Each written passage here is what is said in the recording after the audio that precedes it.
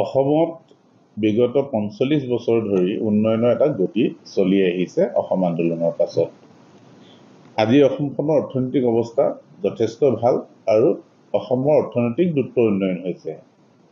এই সময়ত কোনো দুষ্কৃতিকাৰী লোকে যি অসমৰ ভৱিষ্যতটো সুন্দৰ হোৱা নিবিচাৰে, তেখেতসকলে বিভিন্ন ৰাজনৈতিক আৰু সামাজিক বা ধৰ্মীয় এটা সংকীৰ্ণতা পৰিৱেশ সৃষ্টি কৰি মানুহৰ মাজত অশান্তি পৰিৱেশ সৃষ্টি কৰিব বিচাৰিছে আৰু লগতে এক অপ্ৰীতিকৰ পৰিস্থিতি সৃষ্টি কৰি যিটো অসমৰ উন্নয়ন হৈ আছে, আজি দ্ৰুতগতিত উন্নয়ন হৈছে, সেই উন্নয়নটোক বাধা দিয়াত তেওঁলোকে এটা প্ৰচেষ্টা চলাইছে।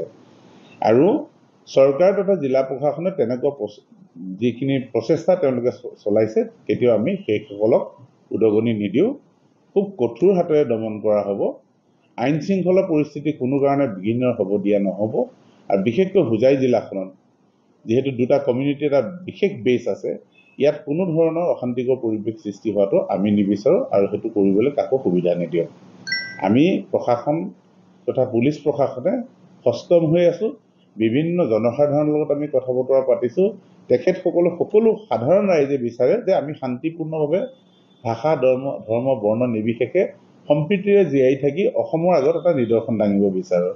ইয়াত লোৱাৰ লেভেলত যিটো কয় সাধাৰণ লেভেলত কোনো মানুহৰ মাজত তেনেকুৱা একো প্ৰতিক্ৰিয়া নাই। এইটো কিছু এটা মুষ্টিমীয় ব্যক্তিসকলে পৰিকল্পিতভাৱে এনে এটা অশান্তিকৰ পৰিৱেশ সৃষ্টি কৰিব বিচাৰিছে, যাক আমি কেতিয়াও প্ৰশ্ৰয় নিদিওঁ আৰু হোজাইবাসী কোনো ৰাইজে তেখেতসকলক প্ৰশ্ৰয় নিদিয়ে। মই ৰাইজৰ উদ্দেশ্যে এষাৰি কথা ক'ম, সকলোৱে শান্তিপূৰ্ণভাৱে ভাষা ধৰ্ম বৰ্ণ নিৰ্বিশেষে মিলিজুলি থাকিব লাগে। কাৰো প্ৰশ্ৰয় বা প্ৰলোভনত যাব নালাগে। কোনোবাই উচতনি বা উদঙনি দিলে তাক কেতিয়াও কোনোবাই প্ৰত্যেকটো কথা নিজৰ বিবেকেৰে বিবেচনা কৰি চাওক। অসমখনৰ উন্নয়ন, জিলাখনৰ উন্নয়নটো আমাৰ আটাইতকৈ প্ৰাধান্য।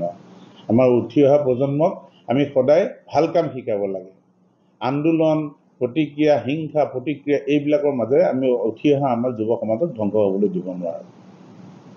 সেয়ে মোৰ ৰাইজলৈ আহ্বান, যাতে তেখেতসকলে শান্তি শৃংখলা বজাই ৰাখে আৰু কোনো এনে ব্যক্তিয়ে জিলাখনৰ কোনো স্থানত যদি কেনেবাকৈ এনেকুৱা দুষ্কৃতিকাৰী কাৰ্য কৰা আপোনালোকৰ সন্দেহ হয় বা আপোনালোকৰ অৱগত হয়, তাৎক্ষণিকভাৱে আমাৰ জিলা প্ৰশাসনৰ মই যোৱাকালি যি 6-7জন বিষয়াৰ নম্বৰ দিছোঁ, তেখেতসকলক জনাই দিলে আমি তাৎক্ষণিকভাৱে পদক্ষেপ লৈ সেই ব্যক্তিসকলৰ বিৰুদ্ধে আইনগত ব্যৱস্থা গ্ৰহণ কৰিম।